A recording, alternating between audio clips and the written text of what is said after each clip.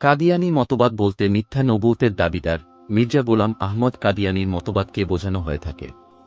আর কাদিয়ানী ফিরকা বা কাদিয়ানী সম্প্রদায় বলতে তার অনুসারীদেরকে বোঝানো হয়। তবে তারা নিজেদেরকে কাদিয়ানী ফিরকা বা কাদিয়ানী সম্প্রদায় নয়, বরং আহমদিয়া মুসলিম জামাত বলে পরিচয় দিয়ে থাকে। আহমদী জামাত, মির্জাই ও কাদিয়ানী ইত্যাদি নামেও তারা পরিচিত।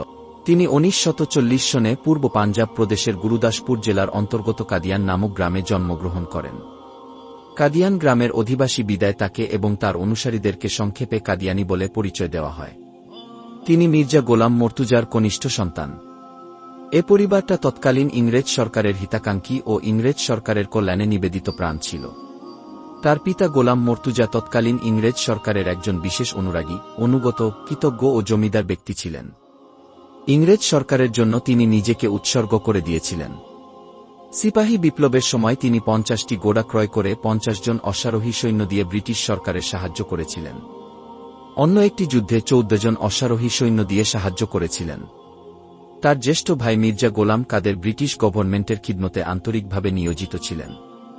ব্রিটিশ সরকারের পক্ষ হয়ে তিনি দেশপ্রেমিক আজাদী আন্দোলনের বীর সৈনিকদের বিরুদ্ধে যুদ্ধে অংশগ্রহণ করেছিলেন। মির্জা গোলাম আহমদ কাদিয়ানী প্রাইভেটভাবে মাধ্যমিক ক্লাস পর্যন্ত উর্দু, ফার্সি, আরবি ও কিছু ইংরেজি পড়াশোনা করেন। কয়েকবার মোক্তারি পরীক্ষা দিয়ে পাশ করতে ব্যর্থ হন। অবশেষে শিয়ালকোট আদালতে কেরানির চাকরি আরম্ভ করেন। ইংরেজরা উপমহাদেশের ক্ষমতা দখলের পর বিভিন্ন সময় তাদের বিরুদ্ধে সংগ্রাম পরিচালিত হয়। সর্বশেষ দিল্লির শেষ মোগল সম্রাট বাহাদুর শাহ এর আমলে 1857 সালে আজাদী আন্দোলন সংঘটিত হয়। ইংরেজরা এই আন্দোলনের নাম দিয়েছিল সিপাহী বিপ্লব। শেষ পর্যন্ত কতিপয় বিশ্বাসঘাতক হিন্দু মুসলিমের বিশ্বাসঘাতকতার ফলে এই বিপ্লব পরাজয়ের সম্মুখীন হয়। বারবার তাদের বিরুদ্ধে প্রতিরোধ গড়ে তোলার ফলে তারা ভাবল, এত কিছু করার পরও মুসলমানরা বারবার কেন বিদ্রোহ করছে। এ বিষয়ে সঠিক তথ্য উদ্ঘাটনের জন্য 1869 সালে উইলিয়াম হান্টার এর নেতৃত্বে একটা প্রতিনিধি দল ভারতে প্রেরণ করা হয়। এই প্রতিনিধি দল প্রায় 1 বছর যাবৎ ভারতবর্ষে অবস্থান করে পর্যবেক্ষণপূর্বক ব্রিটিশ সরকারের নিকট এ ব্যাপারে যে রিপোর্ট পেশ করেছিল, তার মধ্যে অন্যতম একটা দফা ছিল, এদেশের মুসলিম অধিবাসীদের সংখ্যাগরিষ্ঠ অংশ পীর মুরিদের ভক্ত। বর্তমানে মুসলমানদের মধ্য থেকে আমাদের আস্থাভাজন এমন একজন পণ্ডিত ব্যক্তিকে নবী রূপে দাঁড় করাতে হবে, যে বংশপরম্পরায় আমাদের আস্থাভাজন বলে প্রমাণিত হয়। দারিদ্র্যপীড়িত ধর্মজ্ঞানহীন মুসলমানদের মধ্যে তার নবুয়াত চালিয়ে দেওয়ার জন্য আমাদের সরকার কর্তৃক তাকে সর্বপ্রকার সহযোগিতা ও পৃষ্ঠপোষকতার নিশ্চয়তা দিতে হবে।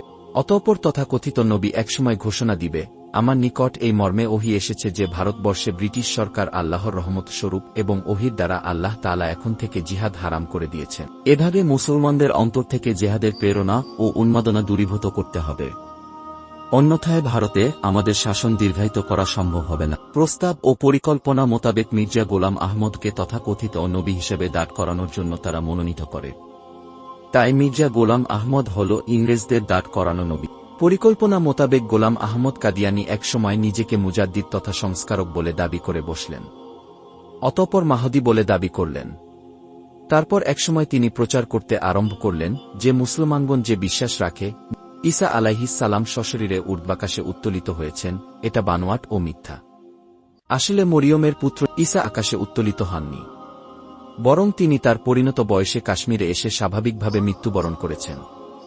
শেষ যুগে এ উম্মত হতে ঈসা মাসিহ নামে একজন মহাপুরুষের আগমনের যে কথা হাদিসে বর্ণিত হয়েছে, আমিই সে প্রতিশ্রুত মাস। তারপর একসময় তিনি দাবি করলেন যে আমি মুহাদ্দাস, অর্থাৎ তার ভাষায় আল্লাহর সঙ্গে ওহীর মাধ্যমে আমার কথোপকথন হয়। পরিশেষে 20 শতাব্দীর শুরুতে 1901 সালে তিনি স্পষ্টভাবে আসল কথায় চলে আসলেন এবং দাবি করলেন যে আমি শরীয়তের অধিকারী পূর্ণ নবী। এরপর থেকে মৃত্যুর পূর্ব পর্যন্ত তিনি এ দাবির উপর অটল ছিলেন, বরং মাঝে মধ্যে অন্য সকল রাসূল থেকে শ্রেষ্ঠ হওয়ার দাবিও করেছেন। এমনকি স্বয়ং আখেরি নবী মুহাম্মদ সাল্লাল্লাহু আলাইহি ওয়াসাল্লাম থেকেও শ্রেষ্ঠ হওয়ার দাবি করেছেন। 1908 সালে লাহোর শহরে কলেরায় আক্রান্ত হয়ে মলমূত্রের মধ্যে পড়ে তিনি মৃত্যুবরণ করেন। সম্মানিত সুধী, এতটুকুর মধ্যেই আপনারা কাদিয়ানীদের অসারতা সম্পর্কে বুঝতে পেরেছেন।